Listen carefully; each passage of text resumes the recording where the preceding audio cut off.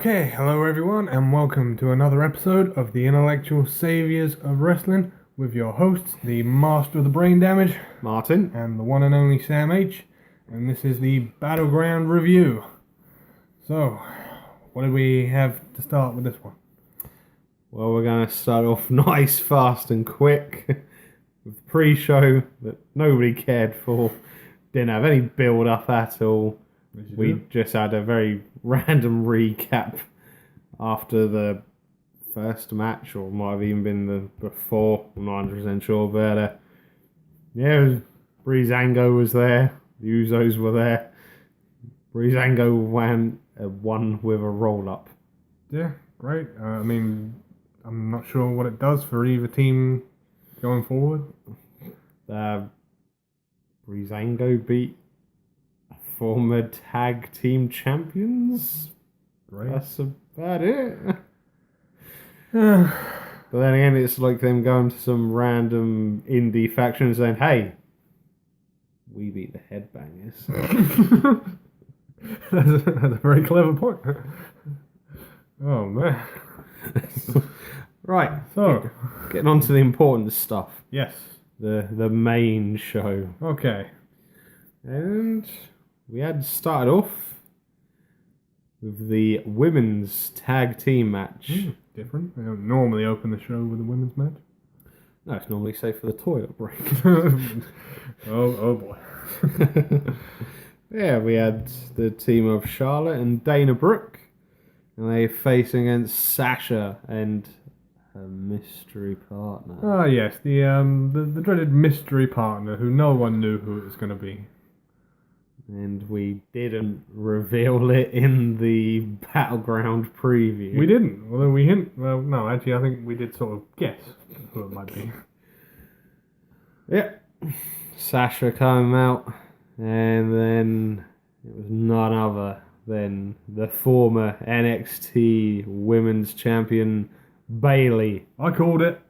And she had a wacky waving inflatable arm flailing too, man. But the little girl wasn't there in the front row. No, she wasn't. Much to your disgust. Oh, it's terrible. The number one fan. Yeah. Although, during this match, JBL did heavily hint from his intel backstage that this was only going to be a one-off. This didn't mean Bayley was being brought up to the main roster. It was just purely a one-off appearance. Yeah, I suspected it might be the case. I mean, I know the plans going forward, Bayley has another title match, well, apparently, at the second NXT Brooklyn. Not sure if it's been confirmed yet, but that's what I was hearing. They have been hinting at that. They're an Oscar again. So, on to the match. Well, what did you think of it? Yeah, it was a decent match for what it was. I think they gave it a little bit more time than I think what we were originally expecting. Just under 10 minutes, I think it came out officially. It's not too bad for a women's match at a pay-per-view. They normally tend to sort of balls this thing up. But yeah, as we predicted though, Sasha and Bayley picking up the victory. Yeah. Then pretty much sort of, confirming that Charlotte can't say anything now. Yes. They can't say that Sasha hasn't earned a women's title match in the future against her. Yeah, hopefully they'll save that for SummerSlam. We can hope so. Yeah, we'll have to wait and see for that one. So, next match. Yeah, this one, I was surprised they done it so early on. We had the Wyatts versus the New Day. Yeah, initially I was still annoyed that the tag titles weren't on the line, because the New Day have defended the titles the 3 before. But with the draft and splitting up the Wyatt family, for some reason we don't know. Yeah. I mean, it's understandable, it would just be a normal 6-man. Yeah, so, in theory, although I did pick up on, I think it might have been SmackDown, they did sort of say, Battleground, this will be the last time you see this incarnation of the Wyatt family. So might we see Luke Harper return down the line? Yeah, possibly. Hinting at maybe him going to SmackDown then with Bray and Eric. Makes sense to reform the original three. Yeah. So, the New Day came out to the ring and obviously slightly celebrating the fact that they're the new longest reigning tag team champions. Yeah. Yeah. I think this was a good, solid match. Yeah, I really enjoyed this one. I mean, there were a lot of good spots in there. Big E almost breaking his neck. Yeah, I did notice that one. That suicide dive that the doctors were running over and checking that he weren't dead. Yeah, and Xavier Woods finally broke the trance of Bray Wyatt and started unloading on him a bit. That was a good bit of the match. You were wondering, was he going to do it? Was he not going to do it? It went into a bit of a drag-out brawl. But ultimately, in the end, it was the Wyatt family picking up the win. Yeah, slightly surprised at this. Bray picked up the victory, hitting the Sister Abigail on Xavier Woods. So, I don't know whether this is sort of them trying to get Bray over with a bit of momentum and that, build him up for the next few months, maybe, if they've got something planned for him. Hopefully. On SmackDown. I hope, for the love of God, they build him up as SmackDown's #1 heel. Yeah, because as we discussed, obviously there's no reason to build up the Wyatt family because there is no Wyatt family. Not at the moment. No. So, that's the only logical thinking I can think behind it. So, we'll have to wait and see in the coming weeks. Oh, next. Jeez. Oh, damn it. We've got the United States Championship match. Thoughts on this one? Well, Rusev was in it. Zack Ryder was in it. Yeah. I would love to say that this match was great and that it fulfilled expectations, but to be honest, I'm watching it, I was just like, I know how this is going to end. Nothing they do is making me feel that Zack Ryder can win it. No, and unfortunately, we weren't wrong on that.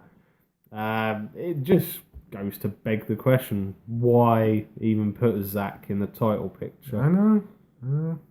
The only thing I can think of is that they had a plan for Rusev, and I don't know, someone got injured or drafted, and they had to quickly throw together a challenger for this match. Yeah, possibly. Because it's a nothing match, essentially. No, so Rusev won with Zack tapping out to the accolade. Yeah, he did that special version of it this time where he sort of bent him back even further and sort of went back with him. Yeah, and then Rusev continued to beat up on Zack a little bit, and then I don't know whether maybe they're hinting at the future plans for Zack here on SmackDown, but then we had his NXT tag team partner Mojo Rawley turn up. Christ. And then Rusev refused to get in an altercation with him and just left the ring. Yeah, no, I mean, Christ, we both watch NXT and I'm not a big fan of the hype bros. I mean, they're all right, you know, they're a bit of a gimmick. Tag team can get over easily with the fans and that, but a very random pick from NXT as far as I'm concerned. Wouldn't be the one I'd have chosen. No. Okay. On to... Well, I think we can safely say this, along with the main event, was match of the night. This to me was match of the night. Yeah. I mean, Christ, the video build up to it, it felt like a big fight. Felt like a real fight. And not just a wrestling match. This is one of the only 2 matches on the card to have gone for at least 20 minutes. Wow. All the others didn't manage 10. Jeez. Yep. It was none other than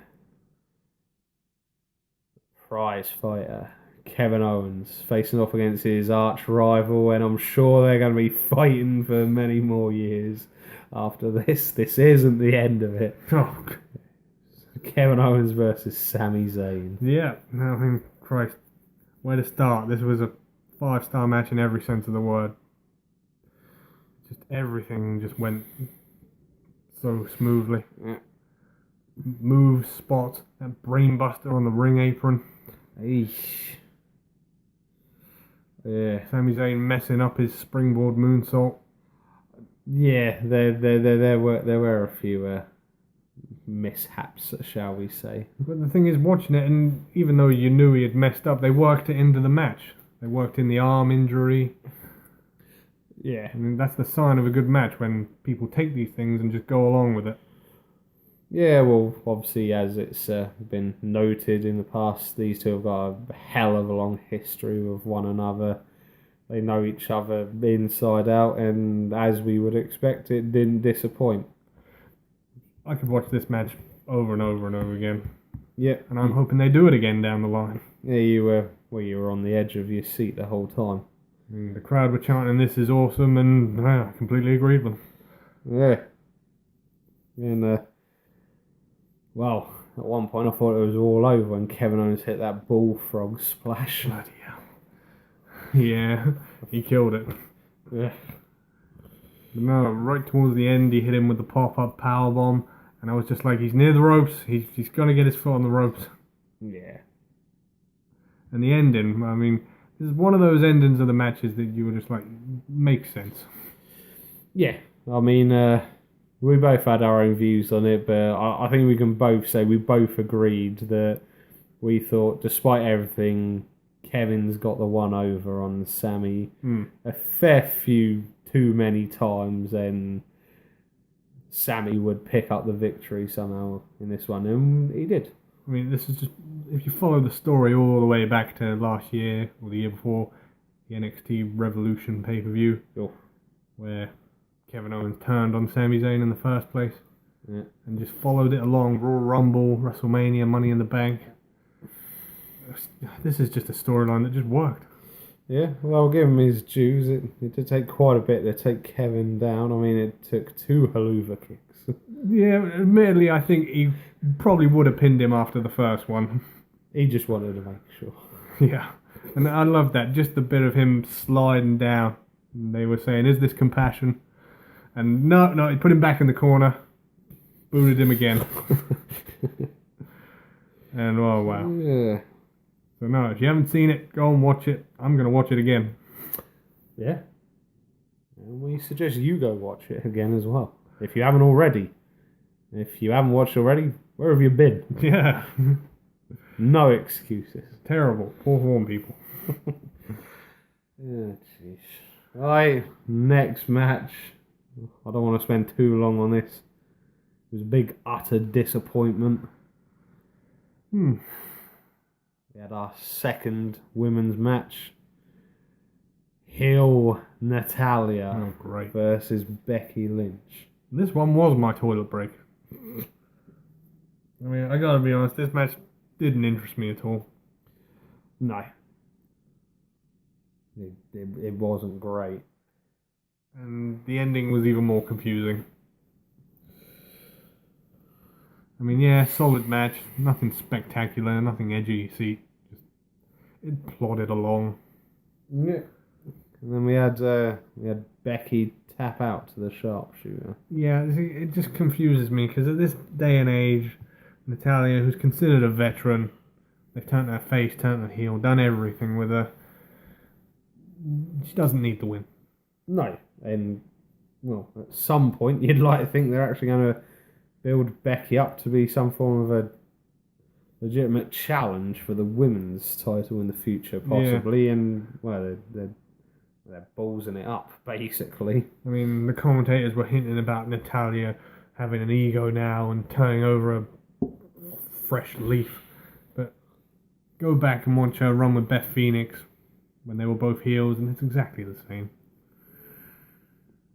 Yep. There's no difference, and, well, no. what more can I say? And that's the end of that one. Yeah.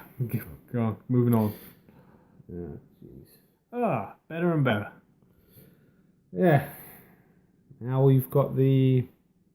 I'm going to come out and say it, the very frustrating and confusing Intercontinental title match between The Miz and Darren Young. Yeah, and this one had added significance. Now Darren Young being drafted to Raw and Miz being drafted to SmackDown.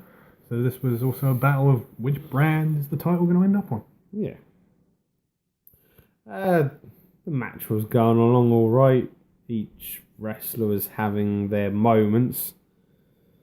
But then it started getting a bit heated outside of the ring. And then here's where they just ballsed it up. Maurice and Bob Backlund were chucking a few words backwards and forwards of one another. And then Maurice fell to the floor. Oh, Christ. And then she claimed that Bob had struck her. Yeah, because they're going to do that in a PG environment. Yeah. And then, obviously, The Miz in his great big macho ass-esque I like it. went out to protect his wife and reclaim her dignity. He shoved Bob Backlund or something, and then somehow Bob's shirt ended up over his head. Yeah. And then Darren Young didn't take that too kindly. Started hitting hits with The Miz. And then he put him in the crossface chicken way. Yeah. And at this point I was watching going, okay, well, what's the decision of this? Have they both been counted out? Have they both been DQ'd? Yeah, they didn't really give us anything, but apparently later on it was announced that it was a double disqualification. But it makes no sense. The Maurice didn't hit Darren Young. No. And Bob Backlund didn't hit The Miz. So why were they DQ'd? It's just, it makes no sense. The commentators didn't know what was going on. I don't think the crowd knew what was going on. No. So, and that was the end to yet another frustrating match. I mean, if they wanted to do an ending that keeps the title on The Miz, just have him get disqualified. Hit Darren Young with the belt. Yeah. But yeah, whatever. Right. And then our next match. John Cena, Enzo and Big Cass versus The Club. Yeah. Hell of a promo from Enzo before the match started. Christ, they're really getting popular, these two. And I think it's safe to say John finally got it. Oh, yeah. Took him fucking long enough. He finally got how you doing. Goon. So yeah. Well, what more do you need to say on this match? Well, I enjoyed it, which is rare for a John Cena match.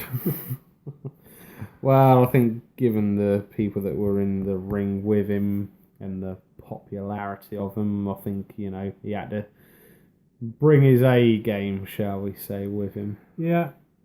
I mean, this was a solid 6-man tag.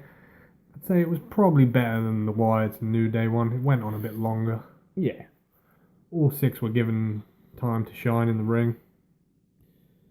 Yeah. But in the end, like we called it, Cena and Enzo and Big Cass picked up the victory. Yeah, I don't normally like to agree with it, but I think it was the right decision in the end. Keeps Enzo and Cass's momentum going. The club was splitting up anyway. Yeah. Yeah, although slightly surprised by the ending, we had an AA from the top rope. Yeah, he busted it out every now and again. Makes us think, oh, you can do something different once in a while. He can. He doesn't like to. At this day and age, it's been widely reported that Cena has a routine and he tends to stick to it. Yeah. Well, I'll tell you what I want to see some point in the near future. Uh-oh. Styles clash off the top rope. Ooh. Now that's something to see. Would he even be able to do that? I'd like to think Dare would give him the opportunity at one point, just say give a big middle finger to TNA. Maybe they'll do it at SummerSlam. Yeah. So that was the end of that match, and then we had our gimmick break. Gimmick break. We had the highlight reel. Oh, yeah. With Chris Jericho hosting none other than the Viper, Randy Orton. Yep, Randy Orton back on TV after 9 months. And he's got a very random, boring new shirt. Yeah, a very predictable shirt. Well, it's blue. It's got RKO on the front, and then it's got on the back hashtag out of nowhere. Yeah, it's been a regular internet thing for about a couple of years now. The RKO out of nowhere. So he's finally joined on the bandwagon. Yeah, the only difference is the O is in the style of a Viper. Now, we've both bought WWE t-shirts in the past. Are you going to be buying this one? Hell no. But to be fair, man, I saw a few months back in one of the local Asda stores. You could get like a sort of official, unofficial Randy Orton RKO out of nowhere t-shirt from there. So yeah, I'm not going to be doing it. Although probably not going to, but I am tempted to get a legit box of Bootios. Yeah.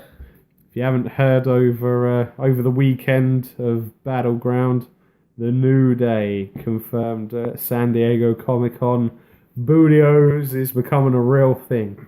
It's going to be an actual legit cereal. Well, you knew it would. It was only a matter of time. I'm still not happy we didn't get our CM Punk ice cream bars, though. I mean, come on. He even offered to make them himself in his basement. But yeah, back to the show.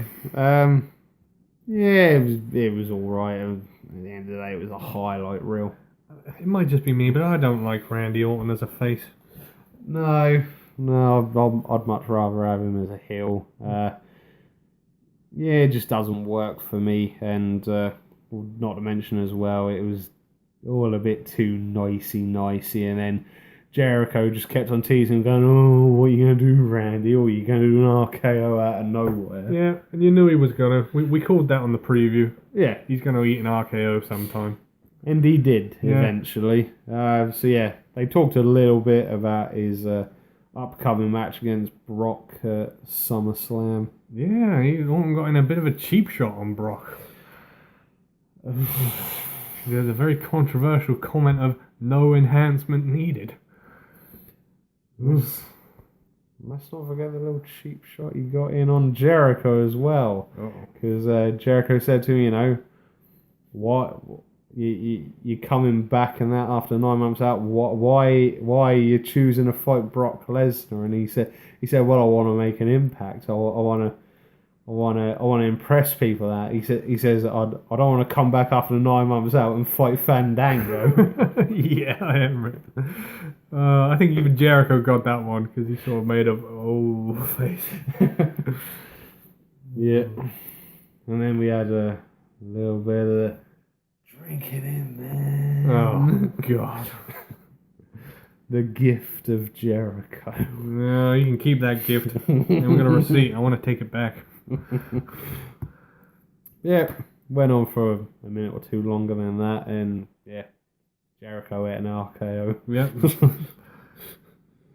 That was the end of that one, and then it was main event time. Yes, the main event that's been 4 years in the making. The triple threat between the former Shield members. Now this had such a great build-up.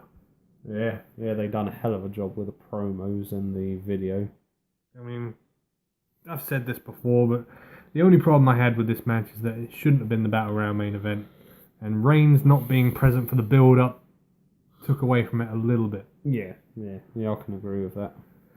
But no, the match itself did not disappoint. No, I was very impressed with the match. I mean, obviously, going into it, the fans were expecting a lot, and I don't think they let us down. It delivered. There were certain moments of it I liked. Dean and Seth working together to put Roman through a table. Yeah, that was slightly surprising. I had the crowd puzzled for a few moments. Dean and Seth working together. You know, I sort of said when this match was going on, is this Seth and Dean working together because they didn't want Roman to win the title? I think it was probably very much a case of that. And then there was callback to the breakup of the Shield with Rollins hitting Ambrose from behind with the chair. Yeah. Which I thought, it was a nice touch. You knew he was going to do it. Yeah.